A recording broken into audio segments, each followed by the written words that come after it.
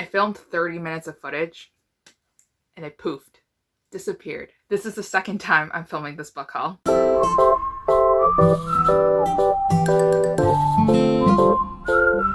Hi guys, welcome back to the channel. Now for today's video, I'm doing my July book haul part 2. And yes, this is the second time I'm filming this. I filmed 30 minutes of footage and I was just about done finishing my book haul when my camera stopped recording and I lost all the footage. So let's just quickly go through all the books. So the first book that I have picked up today is actually part of a series that I do have on my shelf. I don't have all the books, so I wanted to collect some. This one's from Sandra Hill, and she wrote 2 series called like the Viking series that is about time travel. So this one called The Outlaw Viking is about our main female heroine who is actually a doctor, and she suffers a traumatic accident to the head that causes her to time travel back, and together they work to help save the people in his village. The second book that I picked up is also part of that series. This one's called The Reluctant Viking, and this one is about our main female heroine who listens to tapes so that she can hypnotize herself so that she can go to sleep better. But what she doesn't expect is to hypnotize herself to the point that she time travels back and she meets our hero. Now the next book that I have right here is a Karen Hawkins novel. I'm a fan of Karen Hawkins' works, so I decided to pick up all the books that she has ever written. This one is called Mad for the Plaid, and it's part of the Oxenberg Princess series. Our hero is actually a prince, and he's very upset for the fact that his grandma has been kidnapped by his enemies, and now he sneaks himself back into the enemy's lands and dresses himself up as a groom, and he is there to release his own grandma when he bumps into our heroine, and our heroine is very smart and realizes that he is under a disguise and she doesn't want his grandma to be harmed. So together they work on releasing his grandma. And I released a lot of recommendation videos for specific historical romance tropes, but this one definitely fits into black sheep historical romance. This one's from Caroline Linden, and this one's called It Takes a Scandal. It's about our female heroine who is super rich, and she is being basically like everybody wants to be with her because she's super rich and everybody wants her for her money, but the only person that she does want is our hero. And our hero doesn't understand it because he actually came back from war. He got a really bad injury to his leg, and he also came back not knowing that he was coming back to nothing. His whole estate is diminished and he has no money left. But the one person that does make him feel like a man again and brings really like sunshine and happiness into his life is actually our heroine. So I'm so excited to read this one where our hero thinks that he doesn't deserve love, but obviously he totally does. The next historical romance that I have hauled is this one from Vivienne Lorette. This one's her latest release that she released this year, part of the Mating Habits of Scoundrels series, and this one's called The Wrong Marquess.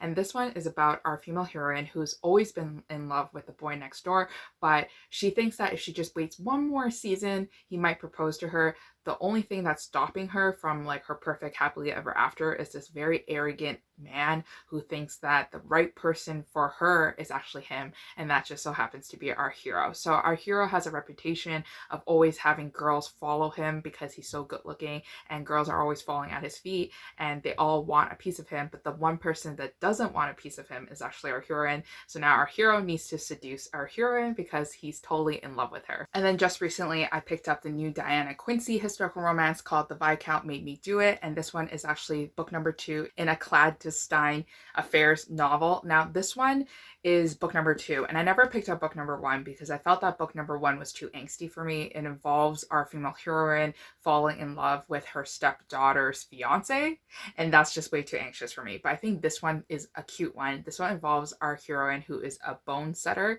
and she suspects that her client is up to something, and her client is actually our hero who is trying to solve a case and trying to debunk the myth of like bone setting. So he's trying to reveal her true identity and her like lies. Now the next historical romance that I did pick up is from Caroline Linden. Again, this one's her latest novel called A Scot to the Heart, and it's part of her Desperately Seeking Duke series. This one involves our hero who always knew that he was born noble, and it's true, he is born noble and he's going to be a lord very soon. What he doesn't expect is to fall in love with his younger sister's best friend, and I don't know, it sounds really cute. And if you're looking for some black sheep heroines in historical romance, then I think this one is for you. This one's from Julie Anne Long series, and it's called It Started with a Scandal. And basically Julie Anne Long wrote this really long series, I think this is 12 books, called the Penroyal Green series, and this is part of that series. I never read any of the books in the series before, but I'm slowly collecting them. This one is about our female female heroine who once had it all, but it got taken all away from her and her family abandoned her, and now she works as a housemaid to the prince. And then our hero is a lord who was solving a mystery slash crime. There's like some action in there, and then he gets stuck at this Penroyal Green land, and that's where he meets our heroine. And of course, I had to pick up the new Lisa Kleypas novel called Devil in Disguise. This one involves our female heroine who is actually the owner of a shipping business, and she has no plans to get married and no plans to really like reduce the amount of work that she has. But what happens is that she falls for this new guy in town, and our new guy has a lot of dark secrets. Like, he might have people who are trying to kill him, so the last thing he needs to do is to form relationships with people and endanger people, such as our heroine. So I bought a thrifted copy of this Karen Hawkins novel called How to Entice Enchantress, and this is part of the Duchess Diary series. This is book number 3. This is the last book in the series, and this is the only one that I have to read. This one sounds really good. It's a grumpy sunshine trope once again. Our hero does not want to fall in love anymore because his wife actually died, and he thinks that he's just going to stay single forever until he meets our heroine, who he finds out that they have a lot of shared common interests, and turns out that they like the same plays, they like to read the same books. But our heroine is like, no, we had a good conversation, but I don't think we're right for each other because we're completely two different people. Our personalities don't mesh. But so he spends the entire novel, I think, to try to seduce her and try to convince her that he's the right one for her. And then I picked up a paranormal romance novel, and I normally don't pick up any paranormal romance unless it's like the fall time, but this one is called The Blood King and is part of the Infernal Rising series by Abigail Owen. I like Abigail Owen's like novels for contemporary romances, and she's a big PNR romance author, and I wanted to give her series a try. I already owned the first book, which is called The Rogue King. This one is about dragons and phoenixes, and they're fated mates and they're supposed to be together, but she needs a little bit of convincing because she's not going to tie herself down to a dragon anytime soon. Then I picked up this contemporary romance novel from Jessica Lemon called Return of the Bad Boy, and the reason why I picked it up was because it was really cheap on Amazon. This one involves our rock star hero who is on a tour, and he stops by the small town that he once grew up in, I think, or at least had like some vacation days in, and he notices and realizes that he is actually the father of a 3-year-old boy, and the person that he once had a fling with is the mother, and now this is a second chance romance because he wants to be in his son's life and wants to be a good father and husband. Then I picked up a thrifted novel called Welcome to Temptation by Jennifer Cruz, and now this one involves our heroine who is a videographer, and she goes to the small town of Ohio, and there she is just trying to do her job, and then she's going to leave the town, but she keeps butting heads with the mayor, and now this is kind of like an enemies to lovers, opposites attract romance. I like early contemporary romances, so I'm sure I'm gonna like this one too, hopefully. And then the next indie romance that I did pick up myself was this one from Annika Martin called Return Billionaire to Sender. This one I saw on Lacey from Lacey Book Lovers Instagram stories, and I was immediately intrigued, and I kept it on the back of my mind. Finally bit the bullet and I bought it. This one is about our main female heroine who is actually a UPS mail woman, and she's about to send our hero to jail basically or something, and she is going to hand a cease and desist letter to him until she gets roped up into like this giant web of lies, and now she is having like this fake identity thing going on, and the last person she expects to fall in love with is our billionaire, who is very, very grumpy and described to be very grouchy as well. I talked a lot about this book in a lot of my videos, but this one I never hauled physically yet. This one's called The Lucky Escape by Laura Jane Williams. It's about our main female heroine who's been jilted at the wedding, and now she has to spend her honeymoon vacation with someone random from high school,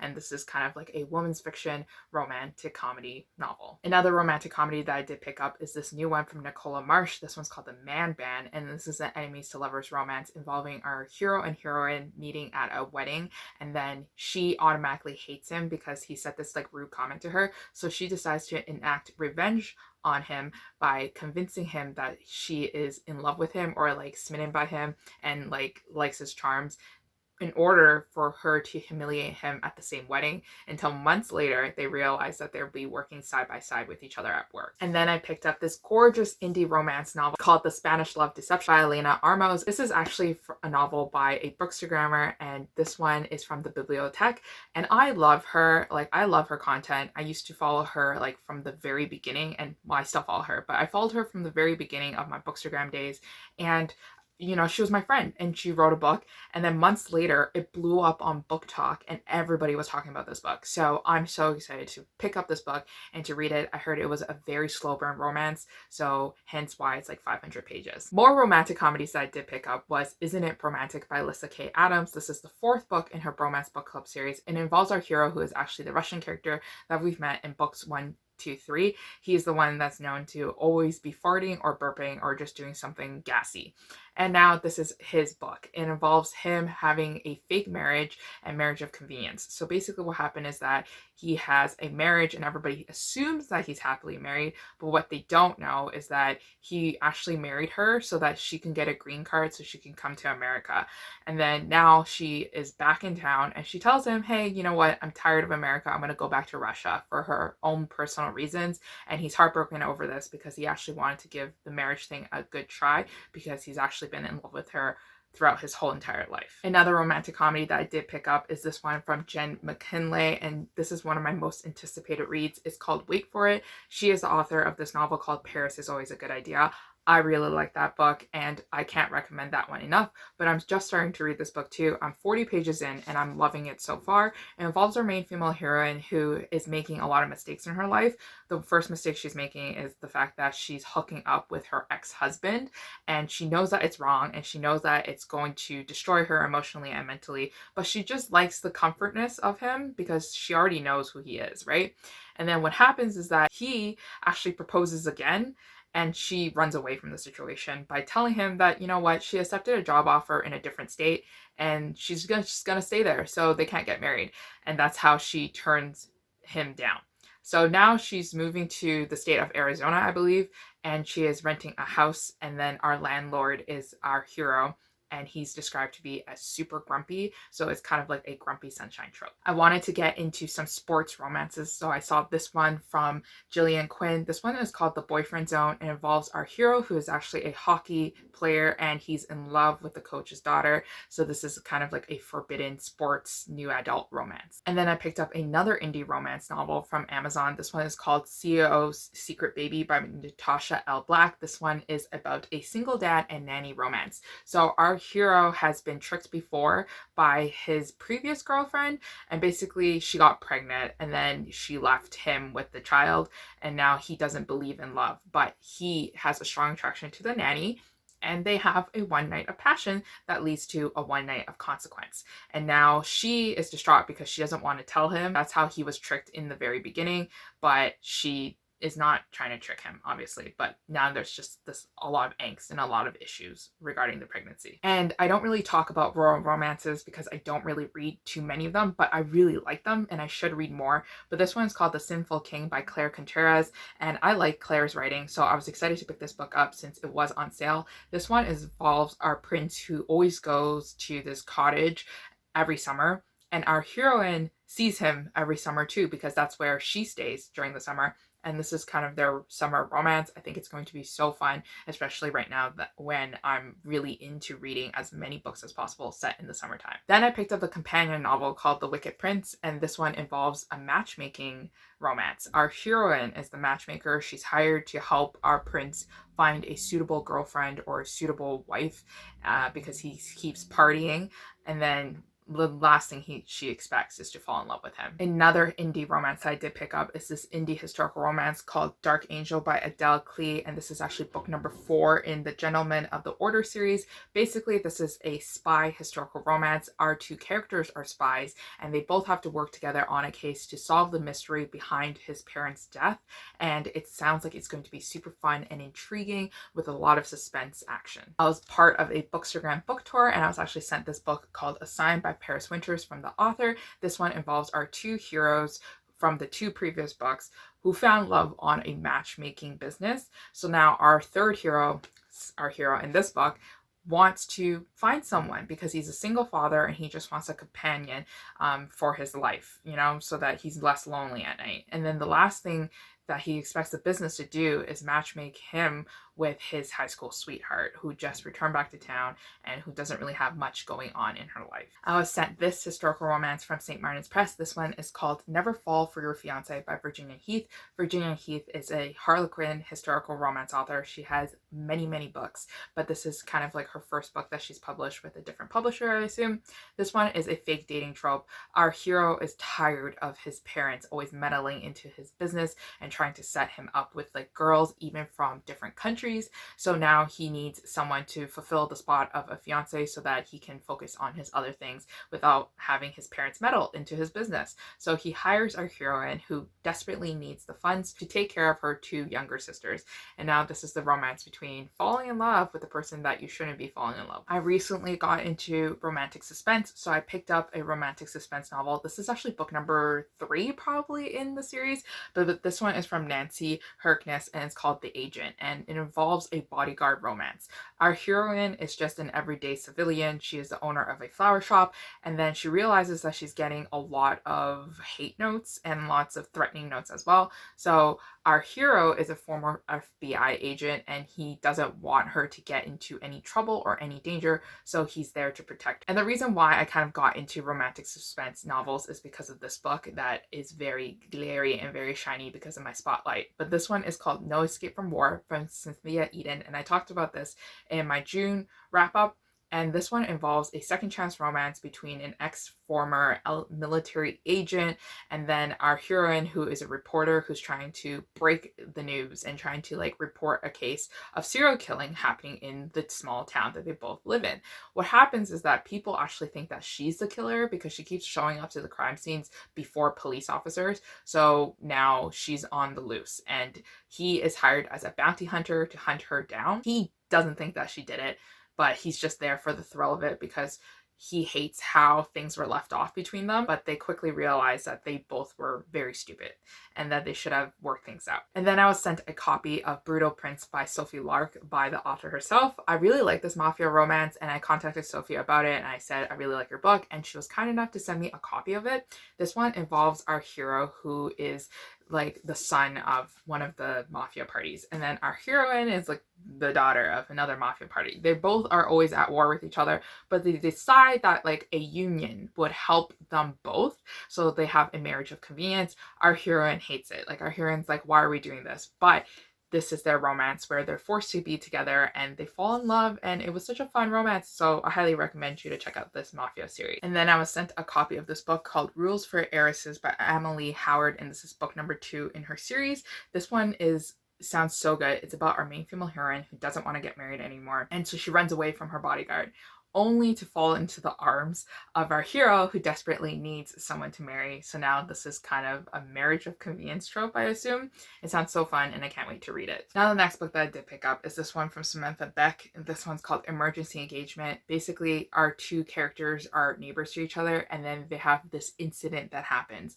where they both fall on top of each other in a very compromising position that leads his visiting family to think that she is the girlfriend, and now this is like a fake dating trope. I think this sounds so fun and such like the perfect romantic comedy. So the next book that I picked up is Scoring Off the Field by Nima Simone, and this one involves a childhood best friends to lovers romance. Our hero is a quarterback and he plays football, and our heroine is the assistant to him.